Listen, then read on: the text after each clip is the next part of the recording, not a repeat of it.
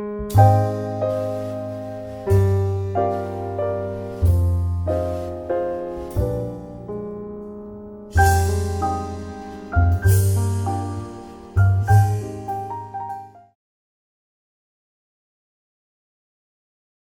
we move to the process of design now.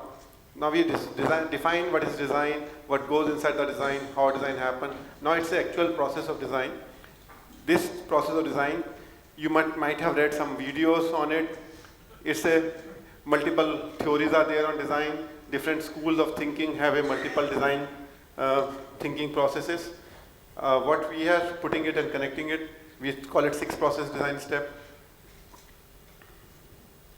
So first step of the design, we believe that when you are sitting on design table, you are sitting with a yes and or yes but mindset. What is the mindset of a design process? A design process, if you take a simple example of yes and, if I say I want to design a flying car which flies. Now, if Venki he wants to design a car which can fly so that traffic problem can be solved and I can reach office 20 kilometers in 20 minutes rather than taking 1.5 hours to reach my office. If that is my desirability, how do I design a car? You may have money which will be substantially required to build this car and we don't have this money, and Amar will say, I want to design this car and it's a brilliant idea, great idea, but I don't have engineering capability to do it. And Ravi will say, I want to design this car, but I don't have any investor to invest into the business. So everybody is now in this chain of 5.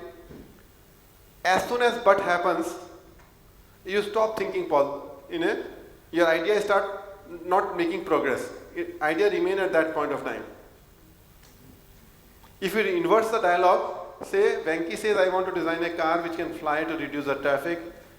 Alamalu says yes, that's a brilliant idea, and if it is possible to contribute by bringing a right financial investment into that venture. And Raja will say yes, and we need to select some few engineers which are sharp engineers who understand the automobile industry and flying industry. And Amar says, and if you need some more investors, and I will connect to the investors who are invested in Tesla, who designed the electric car, and next Ravi says, and I can look at it where the viability comes into this picture, because the viability will be 100,000 customers will be required to make this car viable. Now this dialogue, the whole dialogue changes substantially. The only shift which is done is the problem statements are same. Problem statements are investor, problem statements are engineering, problem statements are financial viability.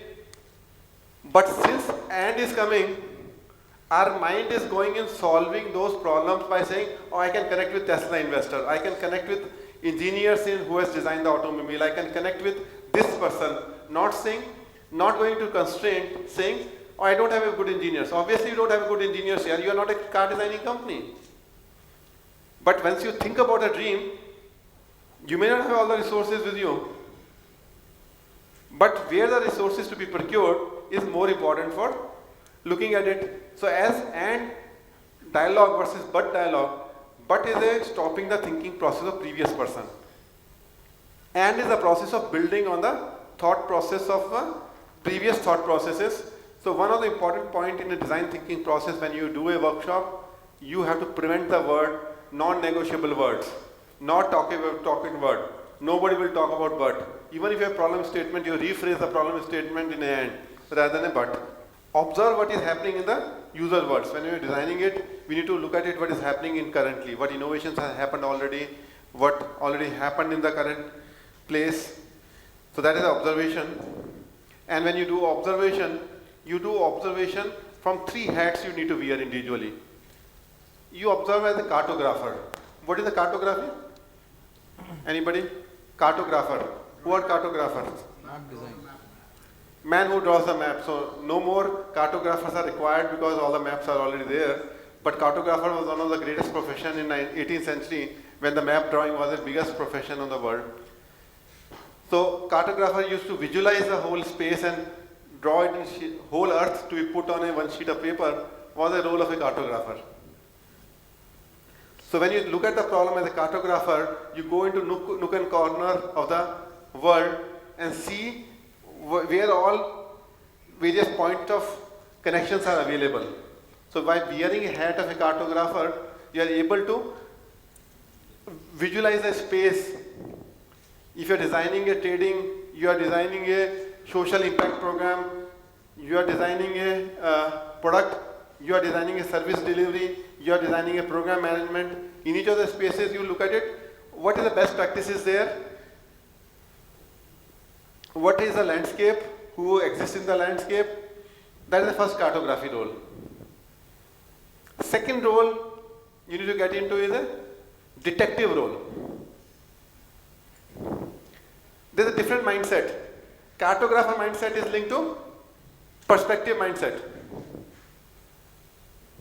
We've taught in that Sapia, cartographer is a perspective mindset, aerial view.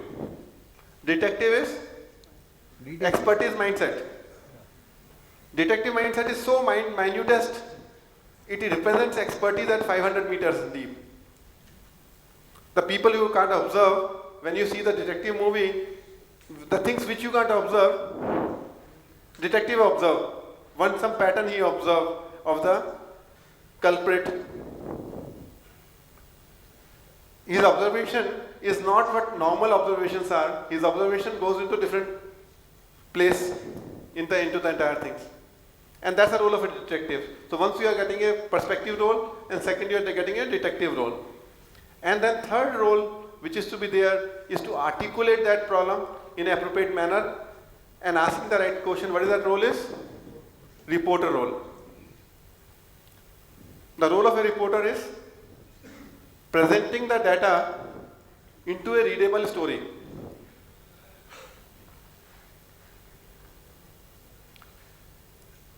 Reporter role is not to pass a judgment. Once you reach at this stage, the step 3 is your define the problem. Lot of time we don't phrase the problem appropriately. We know the problem, but phrasing the problem is another important point in design thinking. Just to give you an example, say we have a high attrition in the company. How to reduce attrition? What is the counter way to rephrase this? How do you increase the retention? So if problem statement is how to reduce the attrition, if you rephrase how to improve the retention, will different answers come to your mind? Your mind will think differently? End objective is same. Which kind of a mind will pick up the best practices if I define the problem saying retention? My mind will go picking up what retains the people. If I am saying how to reduce attrition, my mind will go and pick up what is the attrition causes of attrition. Or it will go into negative cycle of attrition rather than retention by phrasing or rephrasing the simple problem statement. Similarly, when you design a product, lending product, what will get more customers to the customer? If I am selling my lending product to the bank, my objective will, my technology should enable the bank to acquire more customers. How digital lending product will help my banks to get more customer, if that is a problem statement, and then I start designing the product after that, then I'll start looking at the barrier, what makes the people to sign up for the new product, what is psychology of the people to sign up for the product. And that's where defining the problem becomes important. For defining the problem, we need to ask a lot of questions. It's not at this stage. My message is, lesser the words are there for the problem statement, better it is. It should be less than 10 words for defining the problem which you are solving. Don't have multiple sentences, it will solve this problem, it will solve this problem, it will solve this problem. So like digital lending product, when I'm taking example of solving the problem, you have to pick up one problem statement you're solving. Whether it helps customer to be acquired or it is going to improve the productivity of the system or banking, there are two different kind of problems. Second may come as an outcome of the first, but you need to have one problem solving at a time. You can create a second element to be a subordinate to this, but first problem statement has to be one 10 words problem. For understanding the problem better, these are two tools which is typically used, which is typically say Toyota Y chain. There is a broken down machinery happen. First step is why has the machine stopped? You ask the first question, why has the machine stopped? Then the answer coming out is because of overload. Why was there an overload? Then there was a question, why wasn't there enough lubrication? So overload is happened because of not sufficient lubricant. Why there was no lubricant? Why wasn't enough lubrication being pumped? And why was there abrasion? So you keep asking the problem till the time you reach to the point where abrasion is there and you look at the problem statement at abrasion point. Normally we don't ask this question. These are the design toolkits on your desk have these cards. These Y cards. So these are Y cards. We are using that old files used to be there. This wires may not be. So you keep connecting the Y chain. So you have first question being asked why, then second question being asked why. Now second question is asked. Now you take a third one, you connect it here. Then you have fourth question.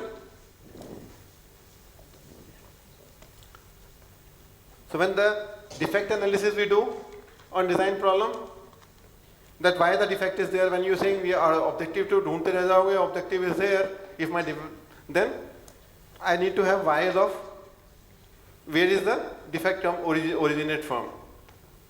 It effect in coding, it effect in understanding. So you have a Y chain which is there. So build a Y chain as long as you possible. The bigger the Y chain is, the better it is for you to understand the root cause of the problem. Moving to step number 4. This is the most creative step which you must have seen in most of the organization.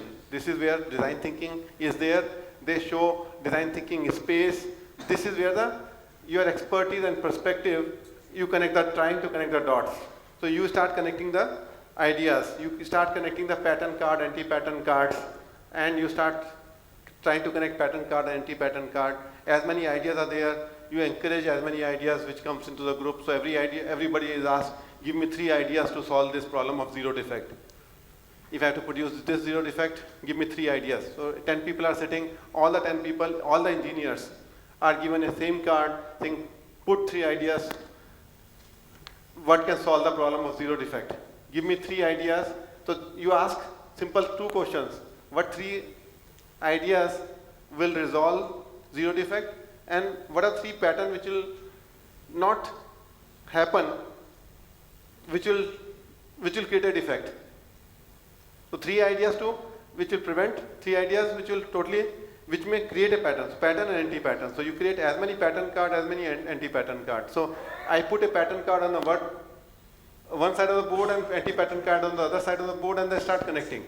So 10 people, 3 cards each, 30 ideas are there for pattern and 30 ideas are there for anti-patterns. Now you do a affinity on him. And you start finding there 5 affinities come for the positive and 5 affinity comes from the anti-pattern. Then you do the same exercise once more. So step 4 is a idea generation step. Many technologies are there for idea generation steps. We can use in these boards, we can use these slips to write the ideas. If you want to make ideas to be very smart ideas and very sharp ideas, I use ice cream sticks for writing ideas. So it should be as thin an idea, it should accommodate in ice cream stick. Once we have sufficient idea getting generated, now it's a choice to be made. Is the most difficult thing in a democratic society. We have grown in a democratic society. We believe everybody is equal. Till now we are saying everybody in the team is equal. And then we say, no, we'll pick up 2 ideas only. So on one side we are saying it's a democratic team. Now you are saying, no, I want to be autocratic to pick up only one idea. So it's a dichotomy in the mind of leader. Leader start believing he has to accept all the ideas. All the ideas looks good. Because the person who has presented the idea, he presented from the heart. So in divergence phase, you need to mingle the ideas that it doesn't remain my ideas. You need to make ideas as a congruence of the ideas. When you have an idea which is coming in, it should not have a name on it. It should be clustered in a fashion that idea doesn't remain a personal idea. Idea becomes a problem solving idea rather than a personal idea. So divergence phase, when I'm clustering it, it's important point to make the idea as a group idea. Now when we put those 10 ideas in a line that these 10 ideas can solve this problem, or 10 root causes could be there because of Y chain is given the problem statement, but 10 ideas there, 10 ways to solve that problem. Now we need to pick up one way of solving the problem. We can't be solving the problem 10 different ways. Now that is the phase which is step 5, which is called convergence phase. You converge over there. First step of that is delete. Delete 80%. Normally in democratic society, socialist system, we want to please everybody. And if this idea has come from some senior person, we want to please senior most person because hierarchy sits on our mind. As a leader, if chairman has given this idea, it must be there. Whether it's right, wrong, ugly,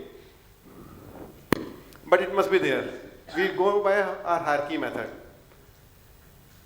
We have a tool over here to select these ideas. We use this tool called 10 gram, 100 gram, 1000 grams. So we say what is the impact of that idea, whether the impact of that idea is 1000 gram impact, 100 gram impact, or 10 gram impact.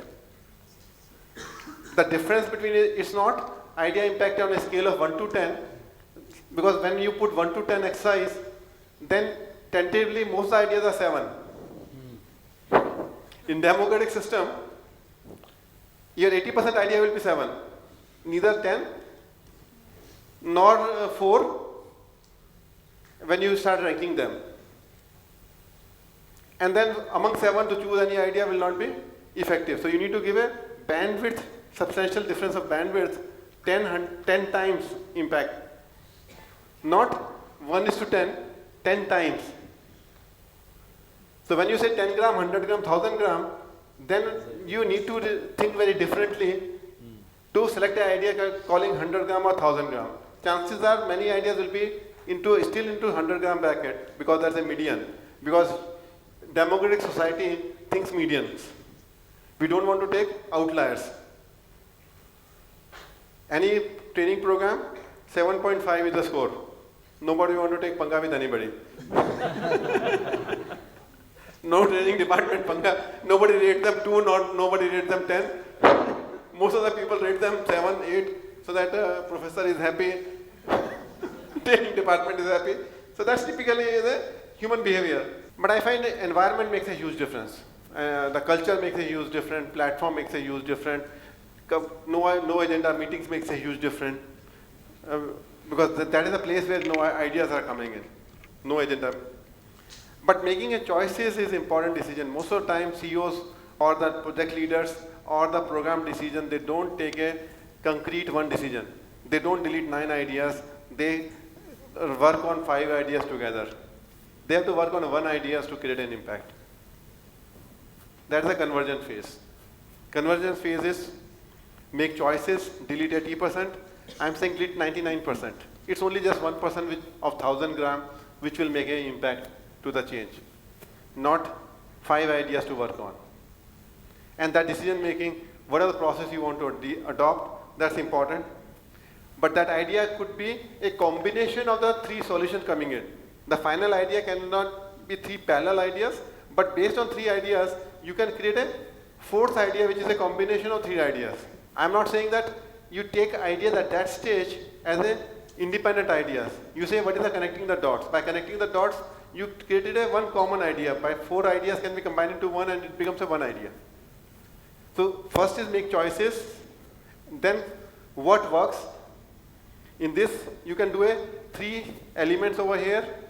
You can test ideas for quickest impact, or boldest idea, or long-lasting idea. So when you're solving the problem, what kind of problem are you solving? You're solving for quick impact. You categorize into quickest impact. Second is boldest idea, and third is longest idea.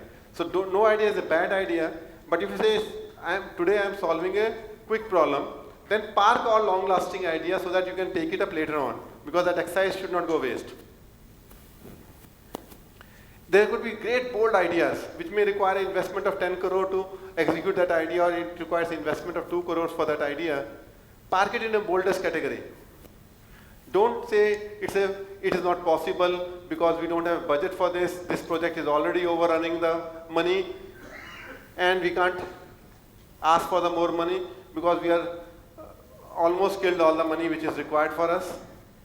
So this category QBL, quick, bold and long lasting, becomes a way of separating it, and based on what context you are solving the problem, you look at the idea to be weighted against that, and then you apply 10 gram, 1000 gram, and you have a stickers of 10 grams also. It's not in this.